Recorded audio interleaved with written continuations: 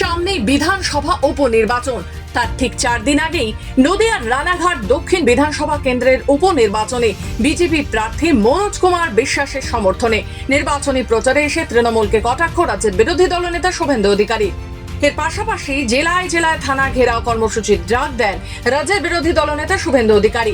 শুক্রবার নদিয়ার রানাঘাট দক্ষিণের বিধানসভা উপনির্বাচনের বিজেপি প্রার্থী মনোজ কুমার বিশ্বাসের সমর্থনে নদিয়ার হাবিবপুর ছাতিমতলার মাঠে জনসভা করেন রাজ্যের বিরোধী দলনেতা শুভেন্দু অধিকারী।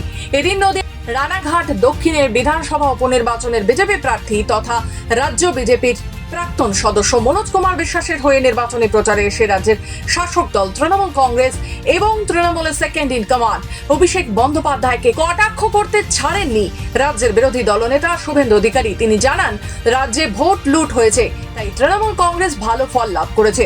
সংখ্যালঘু অধ্যুষিত জায়গায় বেদাত ছাপ্পা মারা হয়েছে। বেআইনি শপথ নেওয়াতে আমাদের আপত্তি নেই, ভোটে জিতেছে শপথ নিবে তাতে কি আছে। সম্পূর্ণ বেআইনি শপথ এবং সংবিধান বহির্ভূত কাজ করেছেন অধ্যক্ষ। মাননীয় রাজ্যপাল মহোদয় একটু আগেই মহামান্য রাষ্ট্রপতিকে লিখেছেন।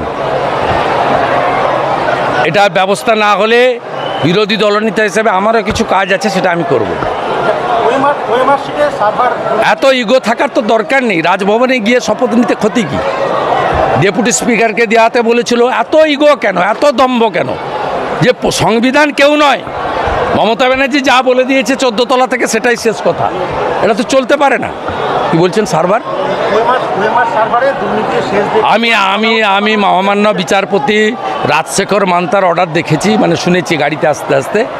খুব আসল জায়গায় উনি ধরেছেন, আসল জায়গা ধরেছেন এবং মহামান্য বিচারপতি বলে দিয়েছেন যে কোথায় গেলে ওএমআর কেলেঙ্কারিটা একদম আসল ধরা পড়বে এবং এটা এবারে সিবিআইকে করতে হবে। এজেন্সি আর ধানাই প্যানাই না করে আদালতের নির্দেশ কার্যকর করুন। 10 জুলাই রয়েছে বিধানসভা উপনির্বাচন, তাই সময়ের সঙ্গে বাড়ছে রাজনৈতিক উত্তাপ। নদিয়া থেকে সুদীপ বিশ্বাসের রিপোর্ট, খবর বাংলা।